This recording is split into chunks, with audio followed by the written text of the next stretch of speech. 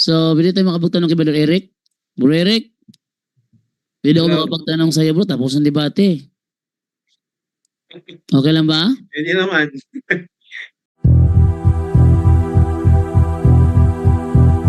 Dahil sa katotohanan ng ipinapangaral ng Santa Iglesia Katolika na hindi maitanggi ng mga protestante sa lungatang aral at bahayag ng mga pastor. Ilalatag.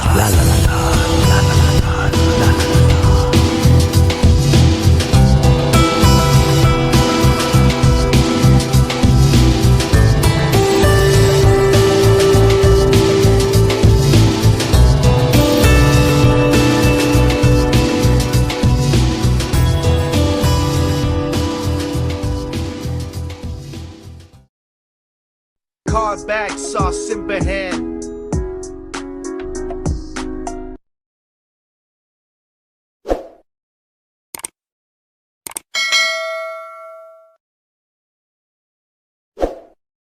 Okay, may tanong ako sa iyo dito, bro.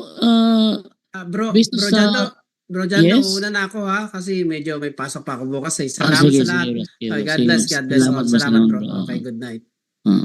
May tanong ako sa iyo, Brother Erica. Pag sa inyong turo ba, bro, pag nanampalataya na kay Kristo, bro, is hindi na mawawala ang kaligtasan? Oh, okay. Yes, kapag ito'y tunay kasi ang Diyos ang nakakakita ng puso.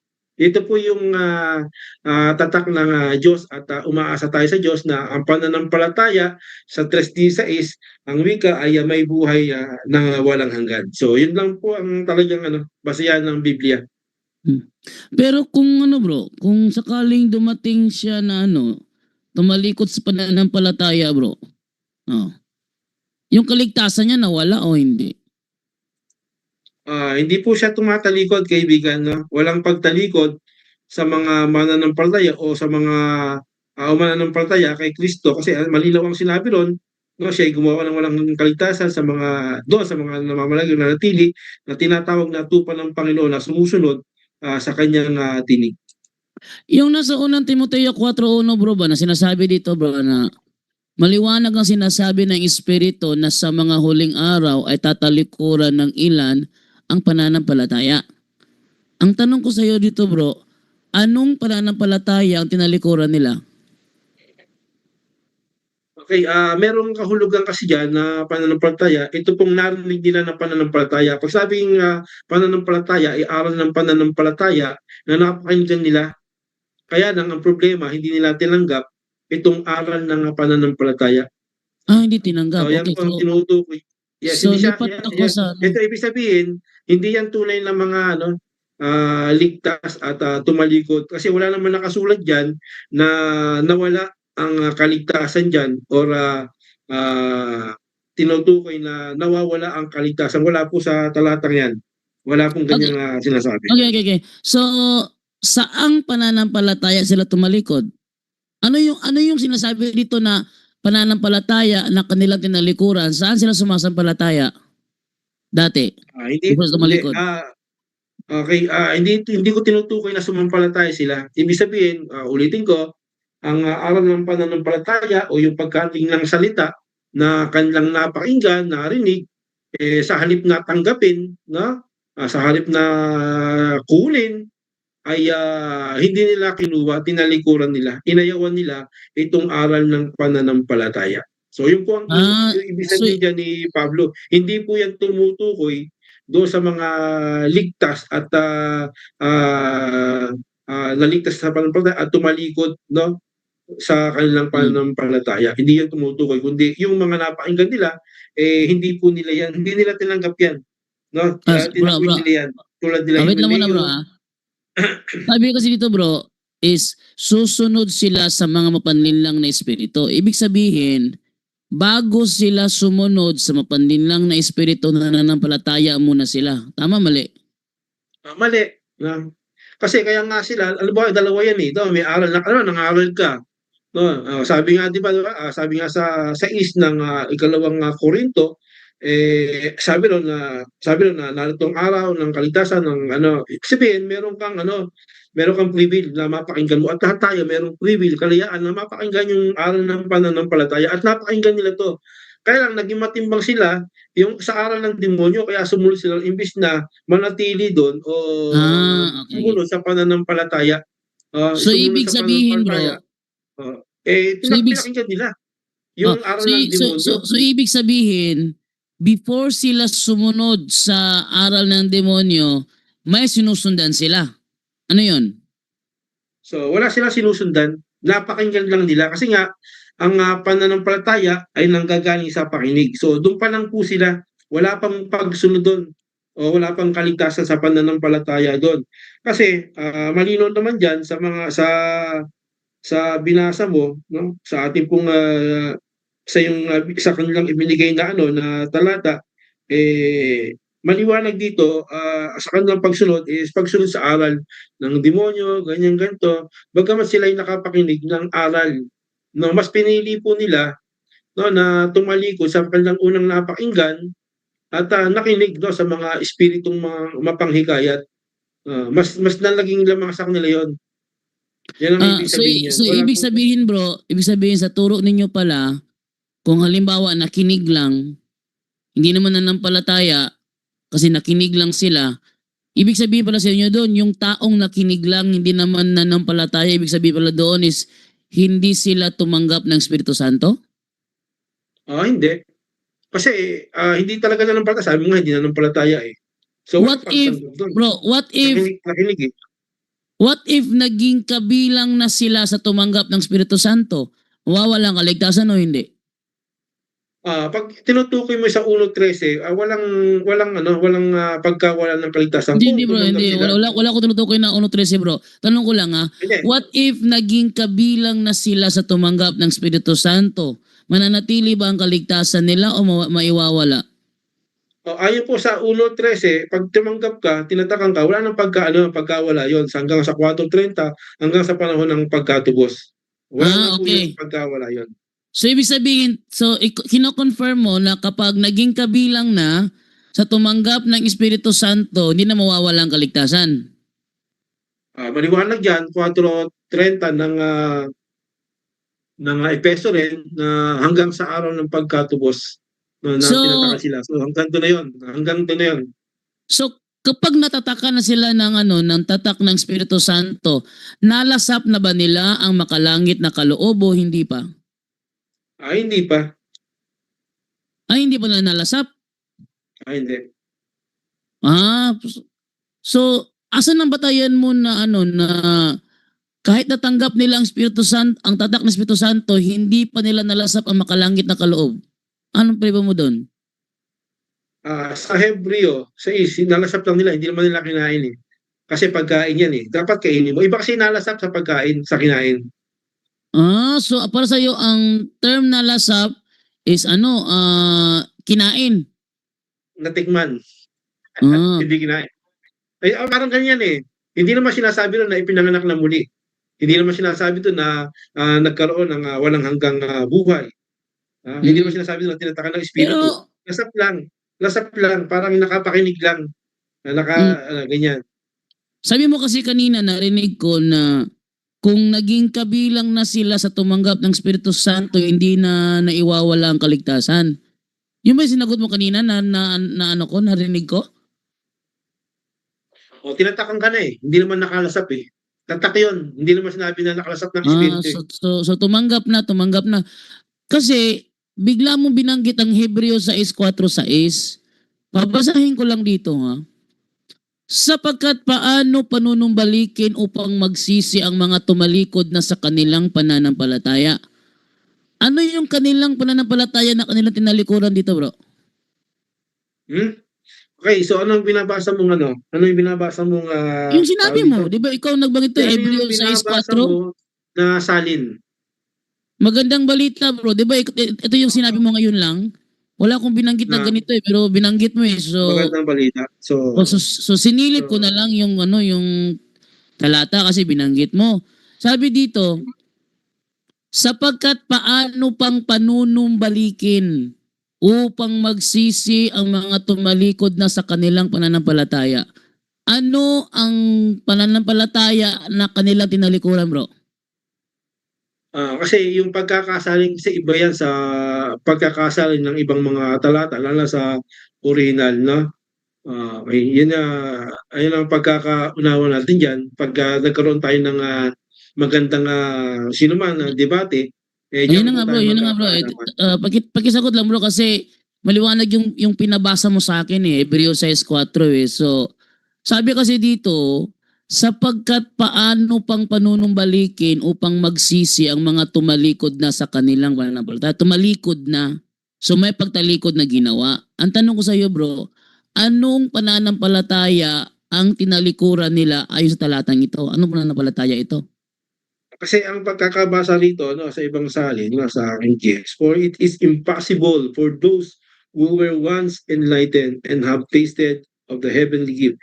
So, ibig sabihin, imposible sa kanila, sa mga Sige, ito, sige, yung sige, mga sige. possible yan So, iba kasi yung na tumanggap na. Oh, Iba kasi yung pagkakaindiwa ng pagkakasaling dyan. sige, sige, So, itong mga King James version tayo tinutukoy kasi dito, kapatid, ang tinutukoy kasi dito, hindi po ito tumutukoy na sa mga nangaligtas at tumalikod. Okay. So, Hindi ato siya ato tumutukoy ba sa sa tumutukoy King ang James aral tayo, para sa King James tayo. maligtas ka, kailangan mong lumasap. Walang Oh, pagtukoy sa ganyan yan. Ala. sige, sige. So, dito tayo sa Ah, ginahin mong King James. For it is impossible for those who were once enlightened. Saan sila na-enlightened? na, Ito yung ginamit mo, di ba? nakalasap. Oh, King James Version. For it is impossible for those who were once enlightened. Ang tanong ko, saan sila na-enlightened? Past tense yan, no? Enlightened. Saan sila na-enlightened? ibig sabihin yan, gaya ng sinabi natin sa ating ito po yung mga na-enlight, nakarinig, nakapakinig, Ibig sabihin, hindi pa talaga ito, hindi siya nakakain talaga, hindi ipinanganak. Walang nakalagay dyan ng mga ipinanganak ng Diyos. Bro, wait lang bro. Walang Wala akong nakalagay na tinanong na buhay pinanganak, bro. Bro, wait lang. Wala akong tanong na wala nga. pinanganak. Ang Ibig tanong ko sabihin, is, saan sila na-enlightened? hindi tumutukoy na enlightened ligtas o naligtas. Kaya nga sinasagot kita, hindi yan tumutukoy doon. Kasi wala naman nakalagay diyan. Bro, Na ang itong tanong ko mga bro, wait lang ha. Hindi ko tanong kung ligtas na ba o hindi. Ang tanong ko sa iyo dito is, saan sila na-enlightened? Sabi kasi, for it is impossible for those who were once enlightened. Ang tanong ko sa iyo, saan sila na-enlightened? maliwanag yan, naka-enlightened sila sa mga kaloob, sa kalangitan, nakabahagi. Sabihin kasi enlightened na, sabihin nakapakinig sila, na naunawaan nila, ganyan. Kaya lang, hindi nangangahulugan. Ano yung napakinggan nila bro na naunawaan nila bro? Hindi nangangahulugang nanampalataya at naligtas sila. Kasi wala naman Bro, nakasunod yan lang ha. Ano yung napakinggan nila na naliwanagan sila? Ano yun? Yes. Ano ba yung nakakakinig? Sabi sa pananampalataya, di ba, nanggaling sa pakikinig. Sabihin, na-enlighten yun na sila, nakatikim sila, Ang dami kasing maririnig mabuting salita ng Diyos, nakalasap sila. Yun na nga bro, ang tanong ko sa iyo bro. And shall fall away, and if they shall fall away, meron siyang condition. May condition siya. Bro Pag Eric, may kasi condition siya, hindi tumutukoy na ligtas talaga ang tinutukoy. Bro Eric, wait lang muna bro Eric ha. Nasa ano pa ako, nasa unang tanong pa ako masyado namang layo ng nilipad mo. Anong tanong dito ba? Saan sila naliwanagan? Ano yung naka-enlighten sa kanila? Ano yung kanilang napakinggan na na-enlighten sila? Yun ang tanong ko. Ano yung napakinggan nila na na-enlighten sila? Salita ng Diyos. Pero kung gusto mo, debate tayo dyan. Hindi, tinatanong ka kita dito kasi ginamit mo itong Hebreos 6:4. Di ba? Hindi ko Di ba, ang intention ko dito bro, para maunawaan natin at ng mga nanonood ang talata. Okay? Kaya huwag kang masyadong defensive. Sinasabi ko talata sa'yo Sinabi ko kaya nga tanong ko sa'yo ano yung napakinggan nila na na-enlighten sila? Ano yun? Kaya nga, napakinggan, nakalasap. Yun nga, binabagay niya, ibang ngayon salita. Di ba? Ebanghelyo. Okay. Sabi nito, salita ng Diyos Okay. At nakalasap So, di ba? ibig sabihin bro, Pero hindi nangangahulugan Bro, wait lang. tumutukoy ito sa mga nakalasap ay kumain o pinanganak o walang Wait lang, bro. walang talata diyan na mga tinatakan o nangangaligtas. Kasi Okay. ito ang inaaral kasi dito ng sumulat o sabihin natin na ni Pablo ay hindi tumutukoy ito na paraan ng kaligtasan o itong mga naligtas nito at mawawala yung kaligtasan. Walang ganung aral diyan. Walang Ah, ganyan. ah. Napakalawak nito. Hanggang pag binasa mo hanggang dulo Bro. nito mauunawaan mo yan kung sino yung tinutukoy diyan. Actually, Ayun bro, ang ating ano. actually, bro, ang sagot Yan. mo, sa ebanghelyo sila na enlightened. Yun ang sinagot mo. Sa salita. Ano naman Even yung ebanghelyo, bro? Ano naman yung ebanghelyo na nakapa-enlighten sa kanila? Gusto mo, di ba tayo dyan, bro? Bro, Tanong mo sa nagtatanong akin. lang ako. Masyado kang defensive eh. Tatanong lang Hindi naman ako defensive kasi... Kasi maganda yung thrill tayo. Kasi thrill lang sa Yun gusto nga, mo, di ba wait tayo lang, dyan? nagtatanong Para eh. maganda Ang hirap naman gawa ko ng tema ito. Ang hirap naman gawa ng tema. Hebreo Kasi- sa tatanong ko Kasi sa'yo. mahirap magpaliwanag kung hindi naman natin na pinagdadebatehan to. Yun na At, nga. napakaliwanag Bro, ng wait ating lang. tanong, maliwanag Wait lang. ang ating sagot. Ayaw mong paniwala ang sagot ko eh. Bro, So, wait. paano kita matatanong? Hindi ka naman sumasagot sa tanong ko eh. Sabi ko, ano yung Sumagot ako. ang sagot mo kasi Ayaw mo bro, nang paniwalaan. ebanghelyo. Kaya nga sabi ko sa'yo, sinong haharap sa akin sa debate Bro, rito? wait lang bro, masyado kang defensive bro. Sabi mo kasi Hindi ako ebanghelyo. Bro, ikaw Kasi ang sinasagot nagsagot. kita, ayaw mong, teka muna, ayaw mong makinig. Di ba? Kaya sabi ko sa'yo, Nakinig naman ako, sabi mo ebanghelyo, di ba? makikinig ka, pagsaltay mo ako. Nagsasalta ako, salta ka ng salita eh. Hindi, Pagsalta ako. ang sinasabi mo salta ka ng kasi, salita. debatehin na lang natin ito. Sumasagot pala ako, daldal ka ng daldal, hindi ako makasagot O sige, sa'yo. sagutin mo, anong Oh, ebanghelyo ang napakinggan nila na na-enlighten sila? Ano yung ebanghelyo yun? Okay, kung gusto mo na ayaw mo ng debate, paliliwanag ko sa iyo. Unang-una, binanggit mo sa akin ng Timoteo, ito po yung mga mananampalataya, hindi talaga tunay na mananampalataya at pumunta tayo dito, tulad nito, na ito yung mga nakalasap, nakabahagi, nakapakinig, kasi yun yung word yan eh. Hindi ito mga ipinanganak o nagkaroon ng buhay na walang o tinatakan ng espiritu. Iba kasi, sabi mo nga, iba yung nakalasap sa kumain eh. So Bro, na-enlight sila dito sa mga sa aral no o sa salita ng Panginoon pero hindi nangangahulugan na enlight, hindi nangangahulugan na tumanggap kasi merong nakapakinig, nasiyahan, naligayahan pero hindi nangangahulugan sumampalataya o wait lang bro. nangaligtas. Bro, Yun yung ating sagot o tugon. Hindi nangangahulugan na enlight sa salita eh nanampalataya ka agad. Iba Wait yung lang, bro, nanampalataya dyan. wait lang bro Sabi mo kasi, sa ebanghelyo sila na enlightened. So ang follow-up ko doon, ano yung nasa ebanghelyo na nakapa-enlighten sa kanila? Yun ang tanong ko sa iyo. Ano yung nasa ebanghelyo? Nakapag-enlight sa kanila? Ano yung nasa Yung ebanghelyo na nakapa-enlighten sa kanila? Ang ibig sabihin, yun yung aral. Kaya nakapakinig sila eh. No? Nakita nila yung aral, napakinggan nila. Kaya lang, Anong aral? Hindi. Anong May aral? Di ba ebanghelyo? Ano ba naman yan? Anong Makinig ka kasi. aral nga ng ebanghelyo? Marami kasing aral sa ebanghelyo. Anong aral ng ebanghelyo? Ano ba yung aral ng ebanghelyo? Hindi mo alam yung aral ng ebanghelyo? Yung kaligtasan kay Kristo. Yun yung Kaligtasan ni Kristo. Okay. Kaligtasan ni Kristo. Okay. Oo. Okay na ako yun. doon. Kaligtasan ni Kristo. So na-enlight sila, sabi nakapakinig sila, kaya lang nasiyahan sila, kaya lang hindi talaga nananampalataya. Marami kay Kristo na nasunod sa kanya eh, pero hindi talaga mananampalataya. Okay. So, ibig sabihin bro. Nakalasap, hindi talaga kumain. Okay, Diba? so ibig sabihin bro. Hindi nangangahulugan na enlight sila sa aral ligtas na hindi eh. Marami nakapakinig din nasiyahan pa nga eh, pero hindi ligtas din ng palataya. Okay, so ibig sabihin bro. Hindi tumutukoy dito na itong mga ito ay ligtas at walang kaligtasan. Walang ganung aral dito. Okay bro. So ibig sabihin pala bro is ang ebanghelyo na nakapa-enlighten sa kanila ang kaligtasan na ibibigay ni Kristo. Yon, 'di ba? Yung sagot mo. Ngayon, ang sabi naman dito, and have tasted the heavenly gift. Ano tong heavenly gift na sinasabi dito? Yung kaloob, natikman nila, hindi naman na Ano nga yung heavenly gift?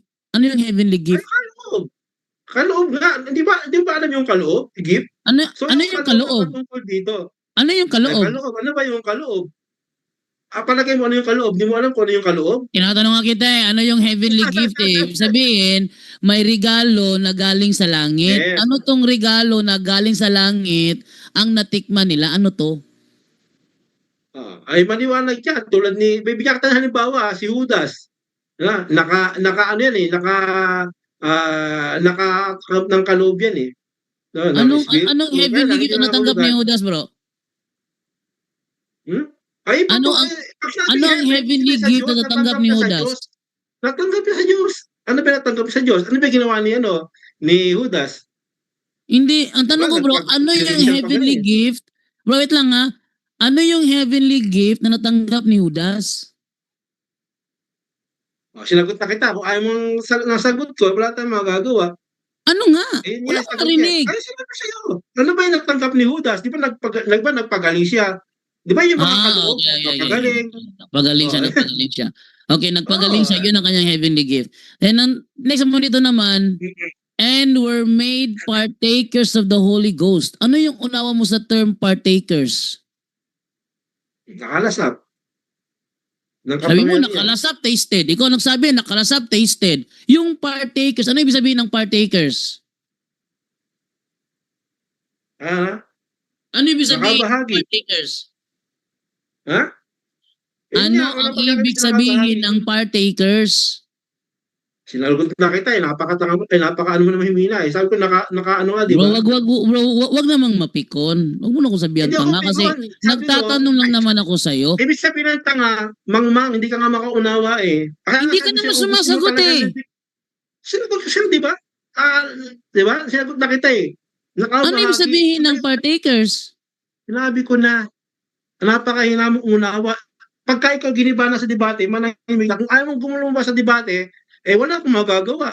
Bro, Wala ano lang yan. unawa Gusto mo, mo debate sa tayo term dyan, ano? partakers? Gusto mo, debate tayo dyan. Lalaban ka o hindi? Ano nga ang unawa mo sa term Hindi, ang sa tanong ko term sa'yo, partakers? laban Bro, ka o hindi? Kaya tayo nagsisigawan dito kasi nagtatanong ako, ang iginaganti mo kasi dito, wait lang bro, wait lang. Ang iginaganti mo kasi sa akin, ito ha, nagtatanong ako ng 1+1, isa na ang sinasagot mo hamon. Huwag kang maghamon. Kasi nga, hindi, Wait lang muna. Bro, wait lang muna bro kasi pag naiipit ka kasi bro, maghahamon ka, walang problema. Kasi wala ako sa aaral na ganito na para Sige, ito, basa ko nito ha, partakers ha. tumanggap eh. Anong ibig sabihin ng term partakers? Okay, dito. Hindi, tanong ko Term sa'yo. partakers tinatanong ko sa'yo, dahil mo satsat eh. Yung father ninyo si Darwin, Ito bro, kakasama sa online partakers debate? bro. Hindi. Wait lang, bro, wala mo na Kakasama batasadahan. sa online debate? Ito. Sino ang magaling sa inyo? Kakasama kayo sa debate? A partaker Hindi, tinatanong kita. is a person who joins in an activity. Sangayon ka dito, bro. Ang partaker is ang tao who joins in an activity. Tama? Hindi, ang tanong ko sa'yo, sinong kakasali ito? Para mas maganda Bro, yung hindi naman laban. ako Ayoko nagtatanong ng- about sa Wala kasahan. pala, hindi ka pala kakasay. Natatakot ka Bro, pala sa debate. wala eh. akong, tinan nyo mga kaibigan ha. Ang tanong ko sa kanya, nasa Mag-review talata. ka muna. Wait lang. Wait lang. Wait lang muna yung tanong mo yan, hindi. Hindi. Kala mo Ang ano si Eric eh, naiipit sa tanong. Nagtatanong lang naman ako, kaya ako nagrereklamo kasi hindi sumasagot, naghahamon. Huwag ka munang maghamon. Nagtatanong lang naman ako dito eh. Ramdam ko kasi naiipit ka rito, kaya ka naghahamon. Huwag ka maghamon para hindi mahalata naiipit ka. Huwag ka maghamon bro. Tatanong ako to, sasagot ka lang. Gaya na ginawa nyo ni Angel ba? Tanong si Angel, sasagot ka. Huwag kang maghamon. Ano ba naman to? Sige, unmute dyan, unmute. Ikaw talaga. Huwag kang maghamon sa akin. Hindi naman ako nag-ano sa'yo eh. Tinatanong naman ito sa talata eh. Gusto ko lang makita ng mga tao kung nauunawan mo ba ang talata o hindi. Ano Eric? Sige na, salita na.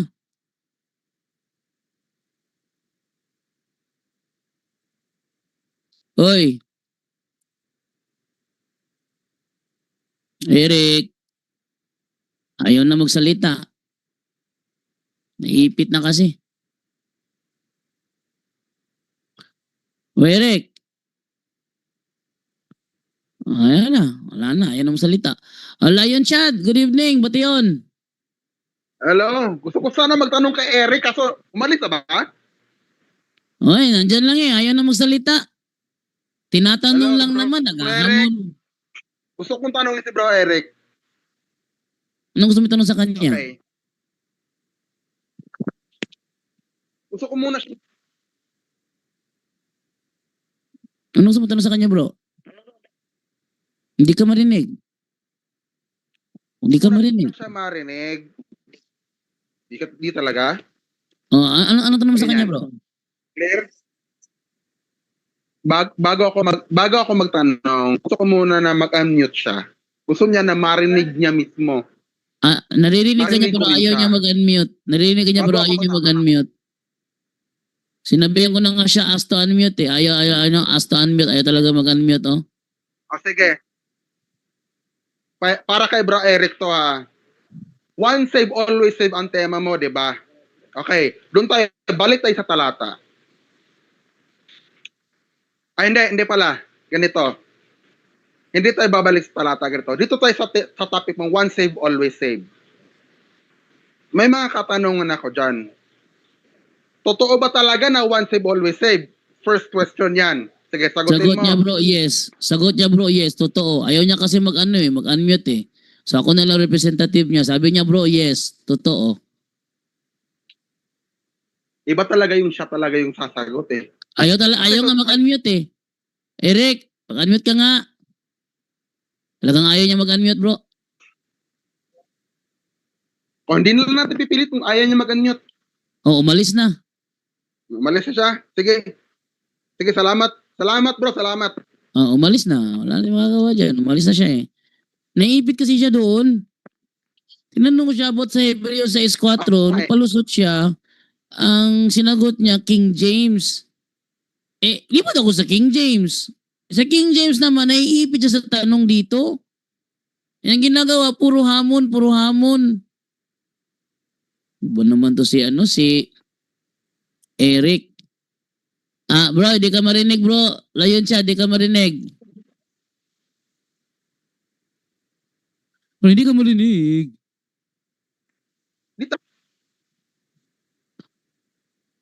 Hindi ka marinig. Huwag mo na siya pilit itanong. Ito ka na lang magtanong. Kasi kung sa kanya ka magtatanong, wala na nga, umalis na. Okay na. Dinig na ba? Oh. Okay. Yung sa kanya kasi, pinipilit kanya i-trigger eh.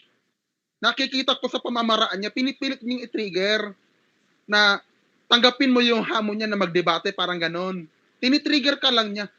Ano ba? Bacho? Kaya nga ako hindi nagpapadala eh, kasi alam ko naman, naiipit na siya, kaya nag-trigger na naman ng hamon. Wala problema sa akin na mag-trigger siya ng hamon. Sa akin na naman, alam nga, ang tema namin, ano kayang tema gagawin sa Hebreo 6.4 hanggang 6? Doon pa lang, na siya eh. Tanong lang naman sa isang talata, tinatanong ko sa kanya, isang talata lang naman, hihirapan na. Ano yung hamon? Sakali, ako si Eric, hamonin ko siya. Okay, ang hamon niya. Patunayan ko sa iyo na... Ako, nanonood ako sa inyo kanina. Tawa ko ng tawa talaga. Grabe. Pero, maiba tayo. Alis muna ako. Salamat. Sige bro. Sige bro, Lion Chad. Umalis sa brother Lion Chad. Sige brother Lion Chad. Ayun. So, yun ang nangyari. Nahirapan siya. Halata naman talaga sa tema eh. O, tinan nyo ito ha. O, yung tema niya kasi, hindi na maagaw ang kaligtasan. Ito na tayo ngayon. Sa Hebreo 6.4 kasi sabi niya kapag nanampalataya, di ba sagot niya kanina kapag nanampalataya, ligtas ka na. Yung dito kasi, paano panunumbalikin upang magsisi ang mga tumalikod na sa kanilang pananampalataya? Sabihin dati itong nanampalataya, tumalikod. Ha? Dating nanampalataya, kaya nga tumalikod eh. Halimbawa, nagtrabaho ka sa Jollibee. Tapos inoperan ka ng McDo ng mas mataas na sweldo. tatalikuran mo yung Jollibee. Pwede mo ba sabihin na hindi ka tumalikod sa Jollibee kasi hindi ako naging member ng Jollibee? Walang pagtalikod na nangyari.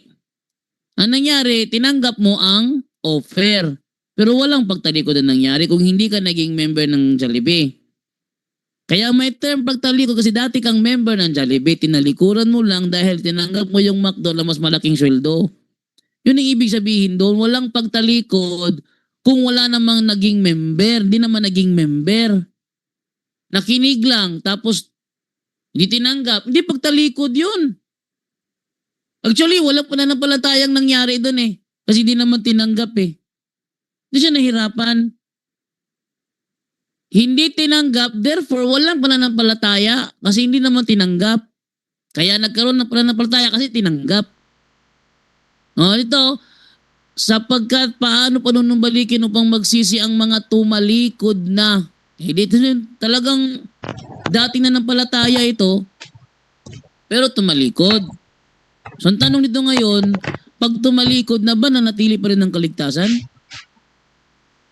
Doon siya nahihirapan sa tumakbo ng English, ayun yung magandang balita, tumakbo sa English. Nang ako naman lumipat sa English. Bro Jando. Naghamon na naghamon. Yes, Brother John Ray.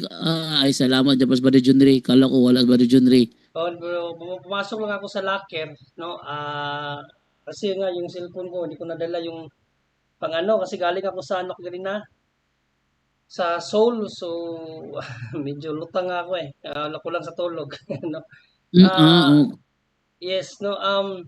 Maganda naman yung debate, no? Medyo naipi talaga siya ni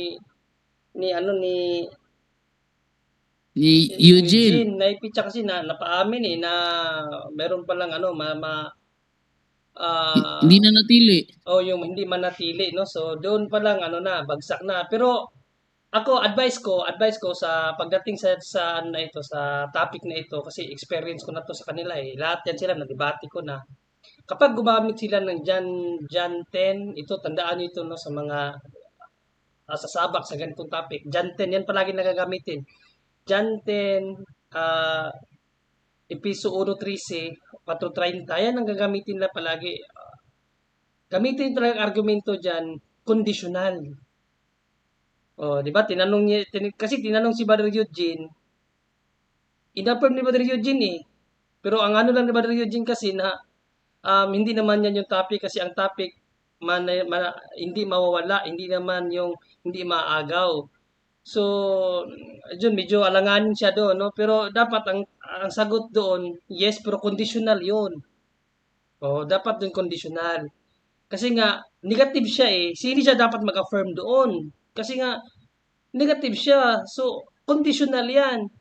Kasi, ang sinasabing hindi maagaw dyan, yun ang makapanatili. Nag-decide na kasi si kaganina, si Eric Villanueva na mayroong hindi nakakapanatili. So, bagsak na siya doon. So, kaya nga sabi ko, nung before the debate pa dyan doon na subjective kasi yan. Dapat, yan kay Eugene. Kasi yan talaga palagi nilang ginagamit. Kasi yan ang pinaka-strong nila na talata John 10:27. Ang problema, sino ba ang hindi magtatakwil sa John 10:27? Di ba ang Ama?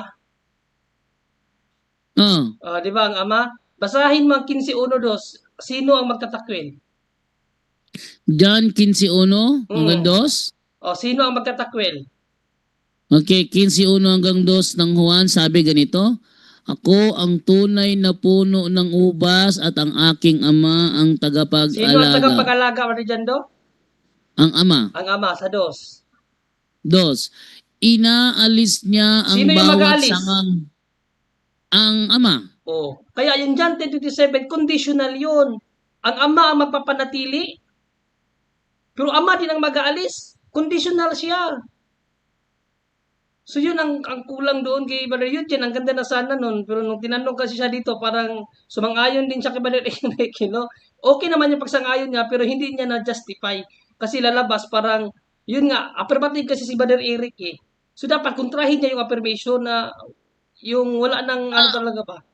Brother Eugene, kinukontra naman ni Brother Junre, kinukontra naman ni Eugene. Ang problema lang, ang reklamo ni ni Eric Villanueva, strawman fallacy kasi hindi ko aral yan.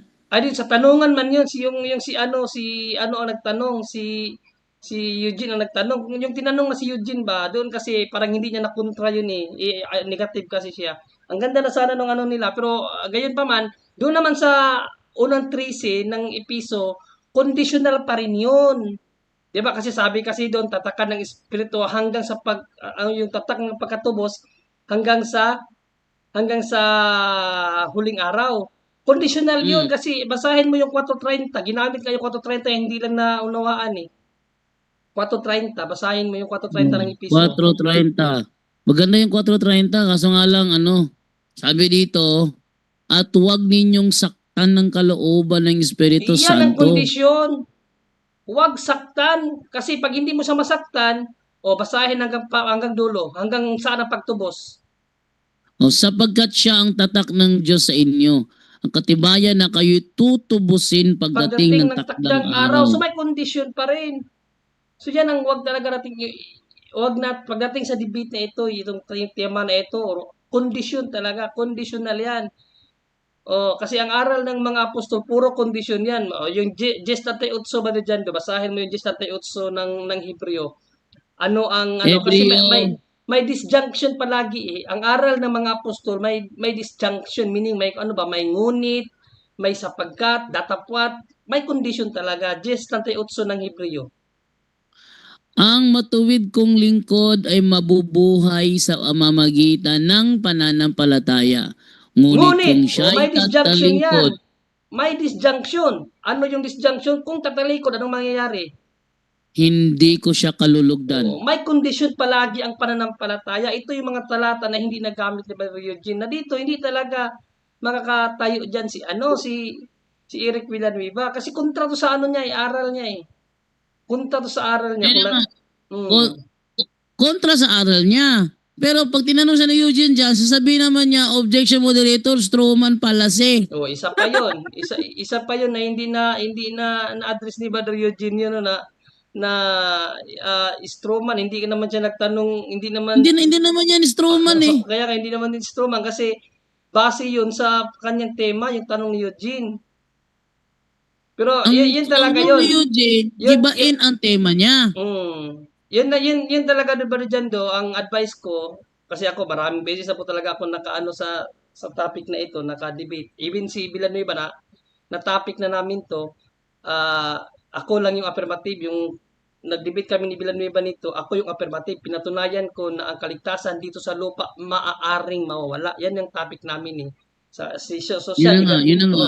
Siya negative siya. Ang nasintro lang ang komentaryo ko lang dito, nasintro kasi sila sa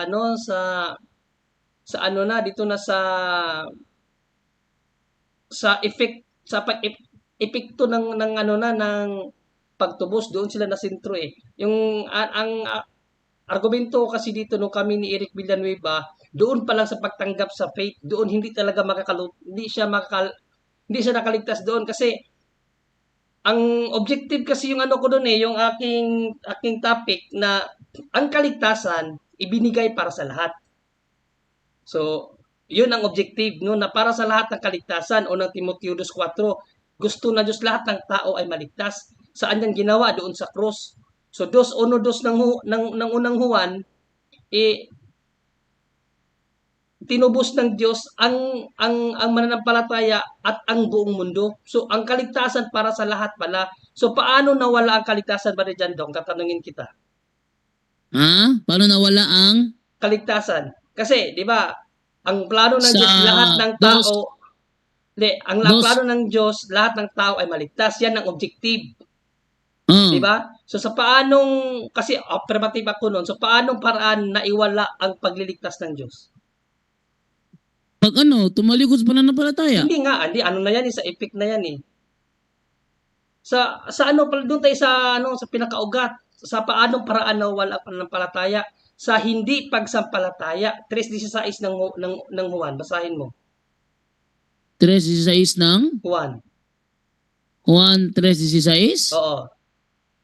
Sabi dito, sapagkat gayon na lamang ang pag-ibig ng Diyos sa sangkatauhan, kaya't ibinigay niya ang kanyang kaisa-isang anak, upang ang sino mang sumampalataya sa kanya ay hindi mapahamak, kundi magkaroon ng buhay na walang hanggan.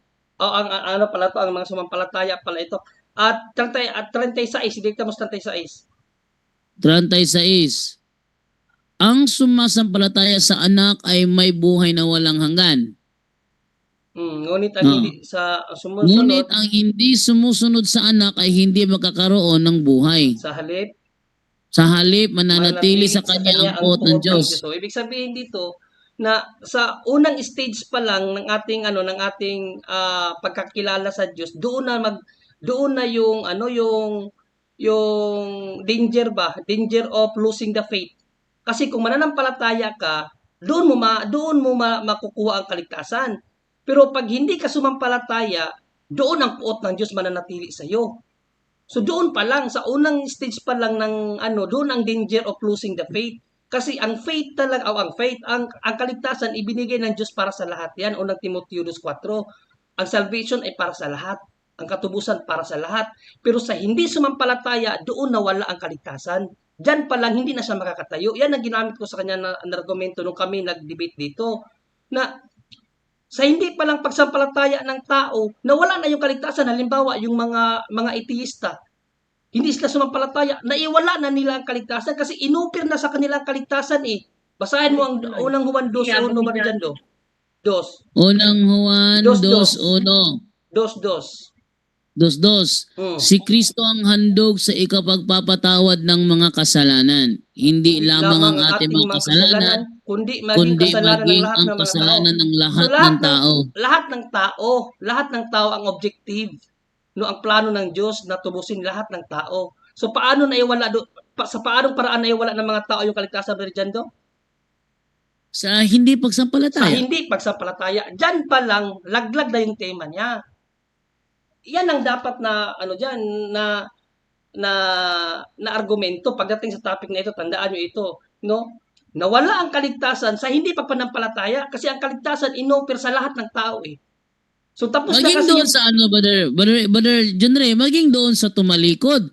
Baka kasi sabihin nila kasi dyan, yung sa si John Ray pagtalikod kasi na ang nagsabi. Marijando, sa pagtalikod kasi effect na yun, may umipicture, sumampalataya na yun eh. Ayun na nga. O So second nawala batch pa na rin. yun. Second batch yun. Sumampalataya na, umalis, nawala pa rin. Kaya nga kahit saan Nawala siya, pa rin. kahit saan nga yung argumento nila, wala talagang lusot na Sa hindi kanya na kasi, mawala. Sa kanya kasi, yung mga hindi nakinig, hindi ligtas yun. Oo. So dahil hindi naligtas, walang maiwawala kasi hindi naman ligtas.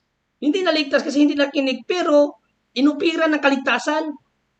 Naiwala lang kasi nga, yun nga, sa katigasan ng ulo. Yung iba hindi sumampalataya. Yung iba naman sumampalataya, tumalikod. O yun ang reason sa pagkawala ng kaligtasan. So yung John 10:27, tandaan niyo ito mga kapuntos, conditional yun. Ephesians 1:10, o Ephesians 1:13, at saka yung Ephesians 4:30, conditional. Lahat po ng aral ng apostol, conditional. John 10:38, ang sumampalataya, mabibigyan ng buhay ng walang hanggan, pero may disjunction, sabi ni Paul, ngunit ang tumalikod ay hindi kalulugdan. So yun lang, Marijando, maraming salamat. Balik na ako sa Bro Junri, ang kanina ko pa siya pinapakinggan, yung one save, always save niya, actually ginigiba niya mismo dahil Kaya nga, kapag may sinabing tumalikod, ang lagi niyang sinasabi, hindi paligtas. hindi naman kasi, hindi naman yan talaga sumampalataya kasi tumalikod. Pero yung one save, always save niya, past tense na yun eh. Kahit dapat ang katwiran niya doon. Kaya hindi na ako makapagtanong kasi pag sinabi mong may tumalikod, sasabihin agad, hindi yan sumampalataya, tunay. Kasi kung talagang tunay yan, hindi tatalikod. Hindi siya one save, always save. Kaya nga, yung tema niya kanina, hindi mo siya maigigiba dahil maya-maya pag sinabi mong paano yung mananampalataya, tumalikod pa rin, maliligtas pa rin, sasabihin na naman, hindi yan tunay kasi tumalikod. Yun ang lagi niyang inaano eh. Yung sinasabi niya, yung dire-diretso daw. Yung nanampalatayang dire-diretso lang, sila yung saved, no? So, ang hindi na maagaw, pero pag tiningnan mo sa mga ibang talata, naagaw eh. Naagaw sila, kaya nga tumalikod, naging anti-Kristo eh.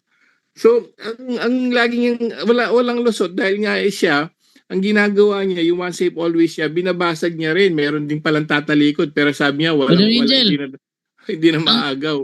Brother Angel, ang sa kanya kasi kanina, sabi niya, ang mga naging antikristo yung mga hindi ligtas. Hindi, kaya nga nanampalataya yan kaya lang sabi niya tumalikod, so hindi tunay na nananampalataya. Kasi kung tunay ka nananampalataya, hindi ka tatalikod, sabi na naman. So, hindi, pareho lang. Dating nanampalataya, ang sa kanya kasi, sabi niya kanina, Oo. yung mga naging antikristo, hindi ligtas yun. Dahil hindi ligtas, walang naiwalang kaligtasan kasi di naman sila ligtas. Yun ang kanyang reason kanina. Pinalilitaw niya, yung mga naging antikristo, yun ay hindi ligtas. Pero sa mga ligtas na mananatili yun kahit na umalis. Sabi niya, dito ko natawa sa sa sinabi niya na tinanong siya ni Brother Eugene yung mga nagsitalikod sa pananampalataya, yung lumabas sa iglesia. Lumipat sila nga. Lumabas sa iglesia. Nanatili pa rin ba ang kaligtasan? Ang sabi niya, hindi nanatili. Maya-maya, nanatili. Ang palab ni Eugene naman, saan nababasa na ligtas pa rin ang sumunod sa demonyo, yung sa unang Timoteo. Sabi niya kasi kahit na sumunod sa aral ng demonyo, ligtas pa rin. Yun nga yung niya, kasi nga hindi daw, kasi sabi niya, hindi na save yun kasi hindi siya nanatili. Sabi niya, hindi tunay yun. Pati nga yung sa pati nga yung dun sa Mateo 7:21-23, hindi yan kasi nanatili, hindi yan tunay yan kasi hindi sumunod. Sabi yung ganon. So yung once save, always save niya, malabo. Hindi kagaya ng iba, pag once save, always save, kahit magkasala ka, kahit tumalikod ka, kahit magkasala ka, yung kasi talagang dun kahit magkasala ka, pero siya hindi. Pag nagkasala, hindi yan tunay na nananampalataya. So siya mismo, basag yung once save, always save niya. Kasi ibig sabihin, mayroon kang hindi ka save talaga dahil may chance kang tatalikod pa rin So malabo yung niya, tapos puro pa siya diwa. Diwa. Oo. Puro self-interpretation. Kaya sabi ko, wala kang maitatanong dito. Dahil bakit? Kung hindi niya maibigay ng letter for letter, sasabihin niya diwa. O wala na. Self-interpretation na. Oo, sa diwa. Oo, sa diwa. Eh di, wala kang may sa kanya. Kumbaga, ang sagot niya, pilosopo na lang. Papilosopo. May mababasa ka bang ganito letter for letter? Oo, diwa. Mayroon daw, oo, pero diwa. Eh di wala. Sabi ko, hindi to talaga patatalo, mga sagot niya papapilosopo. So walang doon, wala ka nang kay Bro Eric, yung one save always niya. Ang daming mababasa, tumalikod, nakalasap na, tumalikod. Pero yun, hindi ligtas yun. Hindi naman kasi nanampalataya yun, sabi mo naman. Kala mo one save, always save. So bagsak na siya doon. Papilosopo hindi siya patatalo. Alam mo yung gano'n na tao. Katulad yan. Mga tanong niya kay mga tanong niya kay Eugene, mga false dilemma. Puro papilosopo lang. False dilemma, hindi naman yun ng Okay lang, so at least, nagiba yung kanyang stand. Ang ginamit ni Eugene, yung unang Juan 2:18-19. Yun ang gumiba sa tema ni Eric. Kaya si Eric, pilit lumilipat sa ibang issue. Sang-ayon ka ba sa talata na hindi nahiwalay sa pag-ibig ni Kristo? Yun ba ang tema? Hindi naman yun ang tema Pag sinabi ni Eugene Gapo na sang-ayon ako dyan pero hindi kasi yan ang tema. Sabi naman niya, salamat at umamin ka. Doon ako naalibad baranda sa salamat at umamin ka. Yun ba ang tema? Ano ba naman to? Parang lang yung debate namin. Nabasa lang na si Kristo. Galing kay Kristo lamang ang kaligtasan. Sabi niya, umamin ka na doon pa lang, panalo na ako. Bakit yun ba ang tema? Siya lumalay sa kanyang tema? Kung ano yung tema pinag-usapan, hindi siya focus doon. Gagawa siya ng ibang butas na non-debatable naman. Pag sumang-ayon ka doon sa tanong niyang non-debatable, sasabihin niya, umamin ka na. Ba naman yan si Yeah, maganda yung ano, sana pumayag siya dun sa pare, kasi ang nangyayari sa kanila pagka pagka nagpag-debate ka talaga, pag binigyan mo ng mga talata yan, interpret nila, sarili na unawa. Kung ano-ano ni-interpret. Tapos sasabihin nila, Tama ko eh. Tinanong siya ni, diwa, ay patay. tinanong siya Puro ni Eugene Gapo, may babasa ba? Ang sagot niya, nasa diwa. Pero Diwa, pag siya, oo, puro pero nung siyang nagtanong, meron bang word for word dyan? Tinan mo na, doon ako na Pag Wala siya, akong, pag siya naman naghahanap. pag siya tinanong siya, sabi niya, nasa diwa, yung diwa na sarili niya interpretation. Buti sana kung may Bible scholar na follow up, wala rin naman. Puro Sarili niya interpretation, nasa diwa. Tapos pag siya nagtanong, tanong ba ni Eugene, meron bang word for word dyan? Yung lakas ng loob na sabihin diwa, tapos pag siya nagtanong, word for word. Okay, so yun na tayo sa sa nangyari talakayan ngayon. At least gibang-giba ni Eugene Gapo ang tema niya. Kaya doon napansin ko sa Eric Villanueva kung ano yung tema pinag-uusapan, di siya mag-focus doon. Tayo mga negative, focus sa paggiba ng kanyang tema, at least ang malaga nagiba ang kanyang tema. Pero wala siyang pakialam magiba ang kanyang tema. Ang sa kanya lang, bigla siya magpipresenta ng non-debatable topic at tanungin ka, pag sumang-ayon ka, sabihin agad, ayan, umamin ka na. Yun ang style ni Eric Villanueva. Papilosopo style tactic niya Papilosopo. Yung topic niya na giniba mo, wala na siyang pakialam doon. Sa topic niya giniba mo, wala siyang pakialam doon. Ang sa kanya, mag-present ng bago na non-debatable, pag sumang-ayon ka, sabihin niya kagad, ayan, umamin ka na rin. At saka pag tinanong mong Bible alone siya, pag tinanong mong may mababasa ka sa Biblia, sasabihin niya, oo, diwa. Diwa. Wala ka lusot eh. Pag sinabi kasi parang batang kausap. Ang ganda ng ang very professional yung tanong is nasa Biblia ba yon? Ang sasagot okay lang niya, naman yung pero diwa. Okay lang naman yung diwa, basta talagang yung diwang sinasabi niya tugma sa diwa ng nakikinig. Hindi lang siya lang yung nakabasa lang ng you by grace you are saved through faith. Tapos tanong ko sa Efesos 8, mayroon ba nakalagay diyan na manampalataya lang kay Kristo? Sagot niya, meron sa diwa. Diwa. Yun ang Basta sinasabi diwa ko, doon. bro. Bible alone pero diwa. Di wala sila sa Biblia. Hindi sila Bible alone. Kaya sabi ko diwa sa'yo. doon kasi yung by grace you are saved through faith. Di naman yan faith alone. Pag nag-self-interpret ka, pag nagdiwa ka kasi, pag sinabi mong diwa, hindi ka Bible alone. Pero tanungin mo, Bible alone kayo? Yes.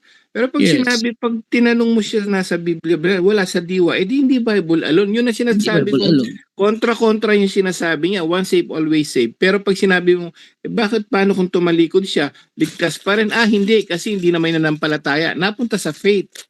Yung mga ganun. Kasi pag sinabi mo once saved, always saved ka, kahit gumawa ka ng masama, dati may ganun dyan may nakipag-debate, once saved, always saved, kahit gumawa ka ng masama, saved ka.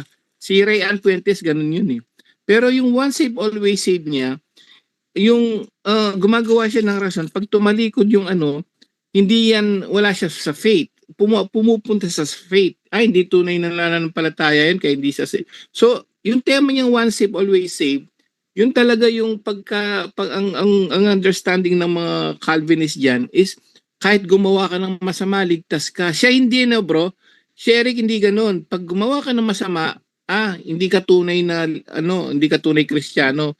So, malabo yung niya, kaya hindi na ako kanina, wala kang maitatanong na dahil malabo ang doktrina niya, napakalabo ng interpretation niya.